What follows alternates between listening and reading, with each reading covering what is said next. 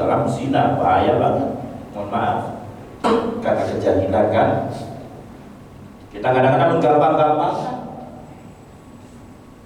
Kalau sudah kejadian baru dinikahkan.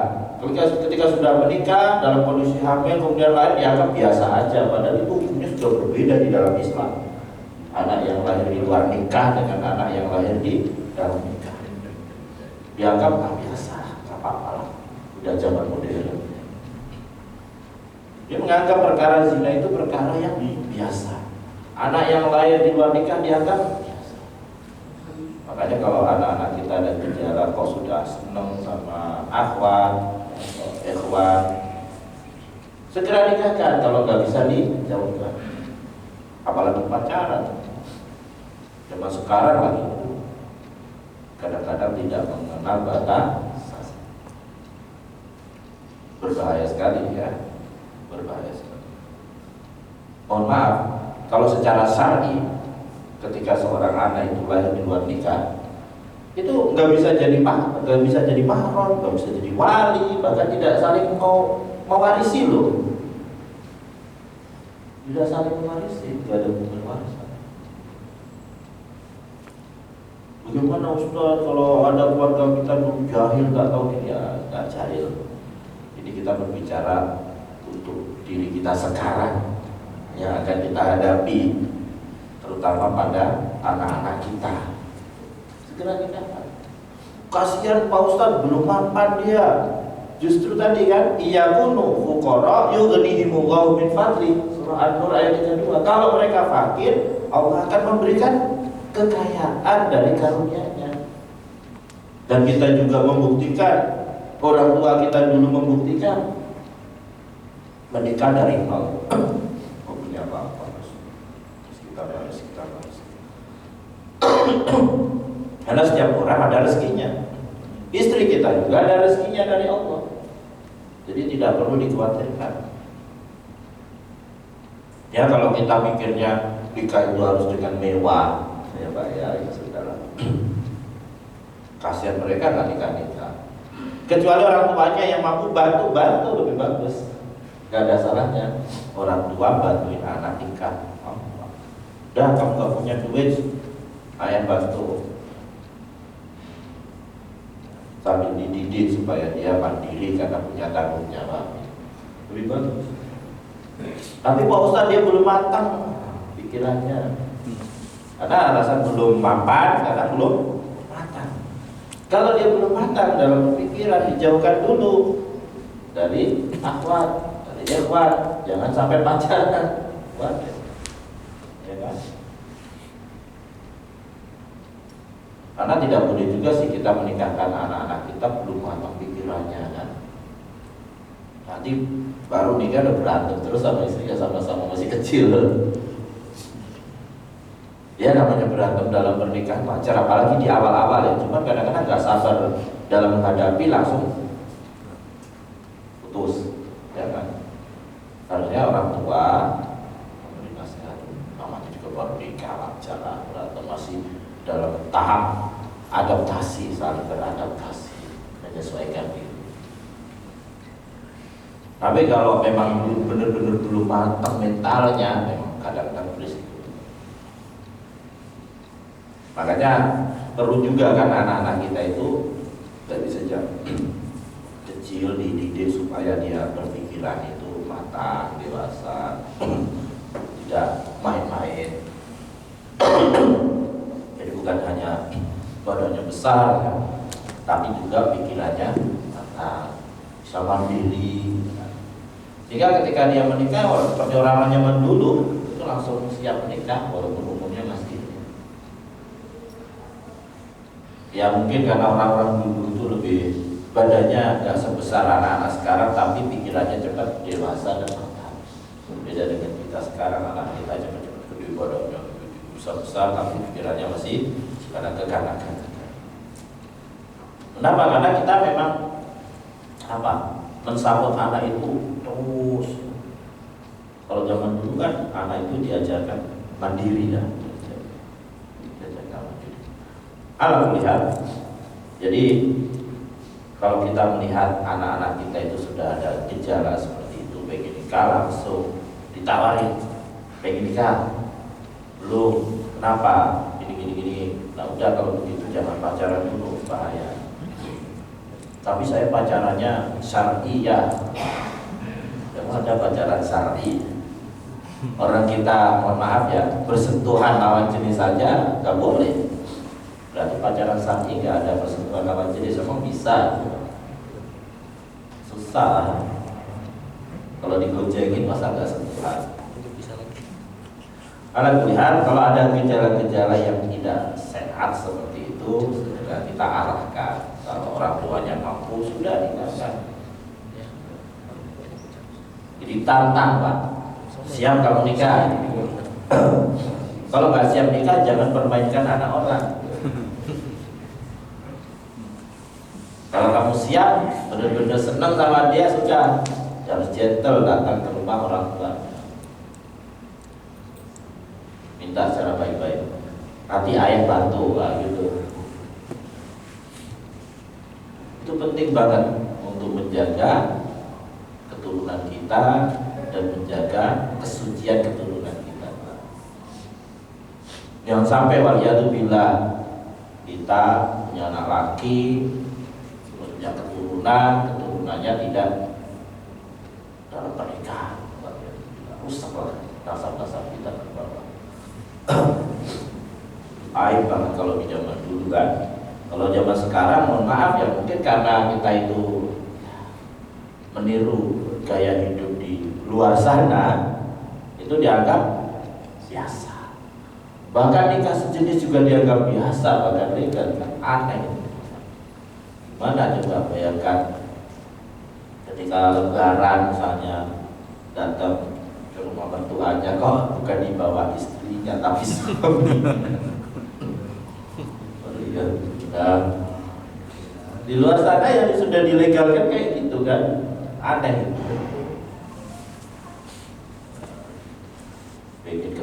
Mencela, marah-marah, tapi kok aneh, lucu gitu, bikin ketawa itu mas.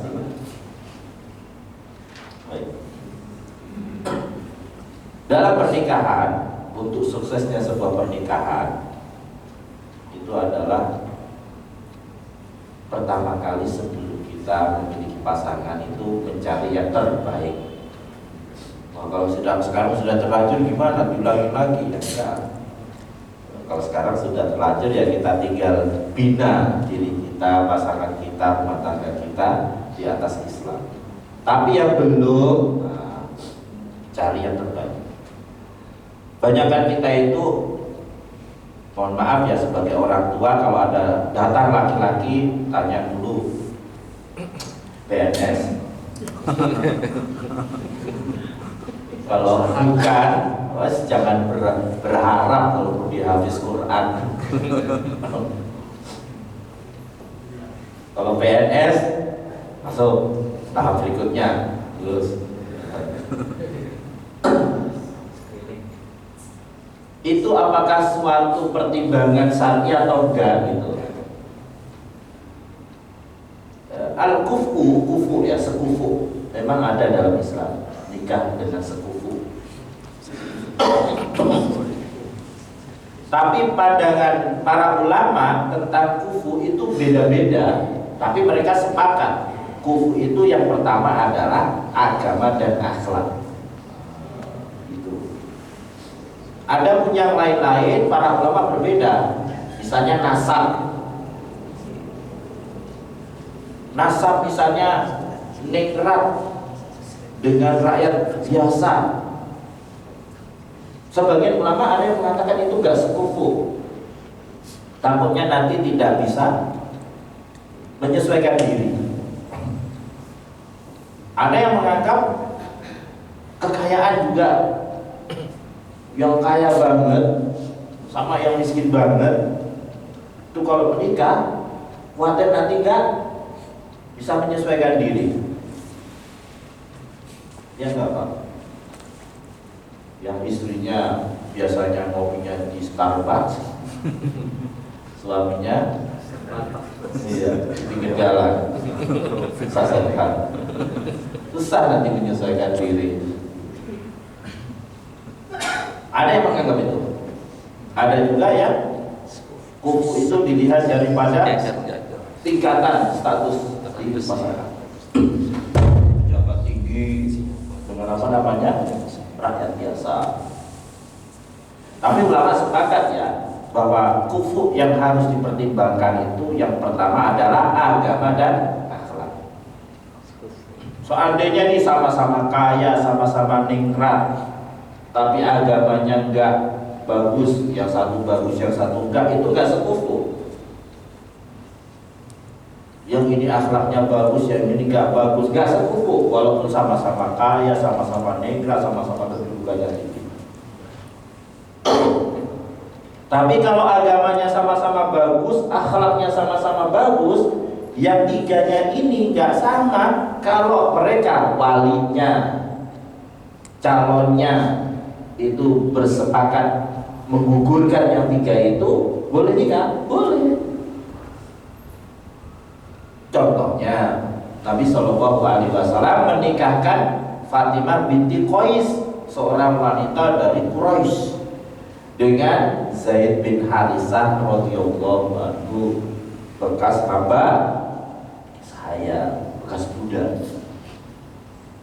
Berarti gak ada masalah. Tapi permasalahan akan datang apabila salah satunya gak setuju, walinya atau calonnya.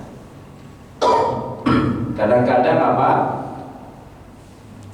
Walinya ini sudah seneng banget dengan fulan, tapi walinya melihat fulan ini orang miskin, sedangkan anak perempuannya orang kaya. Ini gimana nih Pak? Kalau dia agamanya bagus, akhlaknya bagus, maka tidak boleh orang tuanya melarang.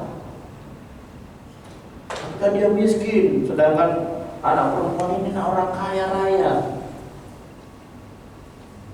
tidak boleh melarang. Kenapa?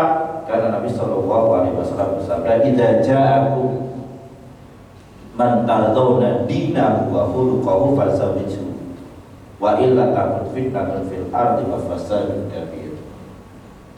Apabila datang kepada kalian orang yang kalian ridhoi agama dan akhlaknya, maka nikahkan. Karena kalau tidak akan terjadi fitnah dan kerusakan yang besar. Ini kan menunjukkan yang dianggap pertimbangannya itu hanyalah agama dan akhlak. Tapi dia baik akhlak agamanya, tapi malas orangnya. Nah, itu berarti akhlaknya tidak bagus. Karena malas itu bukan termasuk akhlak yang baik. Kalau orang yang akhlaknya baik pasti bertanggung jawab, dia tidak malas, walaupun dia miskin, dia kerja keras. Justru malah hal seperti itu ya masih jadi pertimbangan di negeri kita loh, padahal negeri Islam. Tapi di luar sana malah nggak ada pertimbangan kayak gitu. Di negara barat malah nggak ada ya. Jadi sama-sama senang yang penting, cuma mereka mengabaikan pertimbangan akhlak dan agama. Tapi mereka dalam hal kaya itu nggak ada pertimbangan, sebenarnya udah bebas gitu.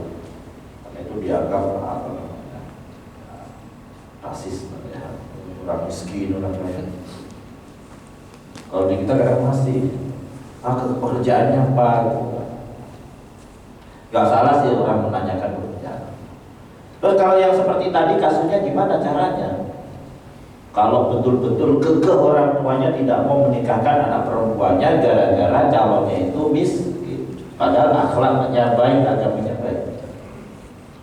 Ya bukan berarti terus kawin lari kan, udah walinya kan gitu. Dan tidak juga langsung kemudian pindah ke wali berikutnya. Misalnya bapaknya nggak mau menikahkan, terus anak perempuan ini minta tolong kepada saudaranya langsung untuk menikahkan.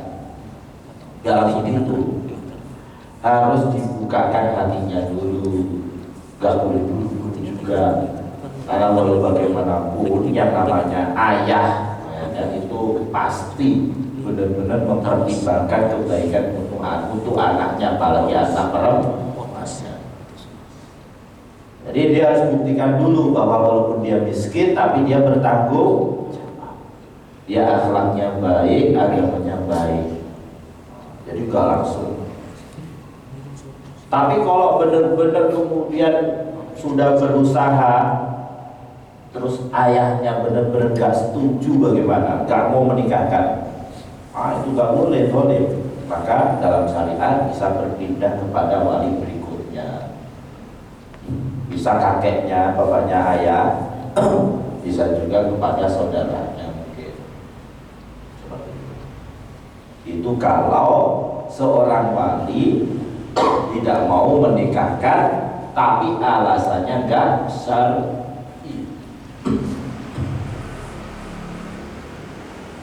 Kalau gini misalnya, seorang wanita pengen nikah, qadarullah calonnya ini udah punya istri,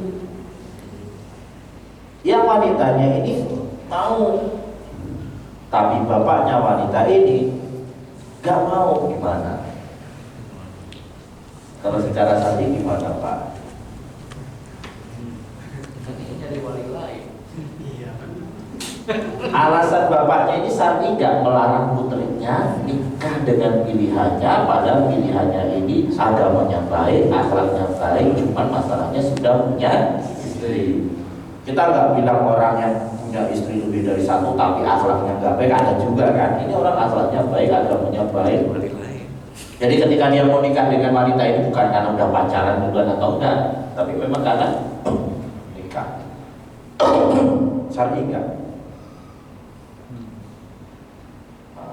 Itu enggak syar'i juga kata sebagian ulama. Jadi boleh dia kemudian pindah ke walian, tapi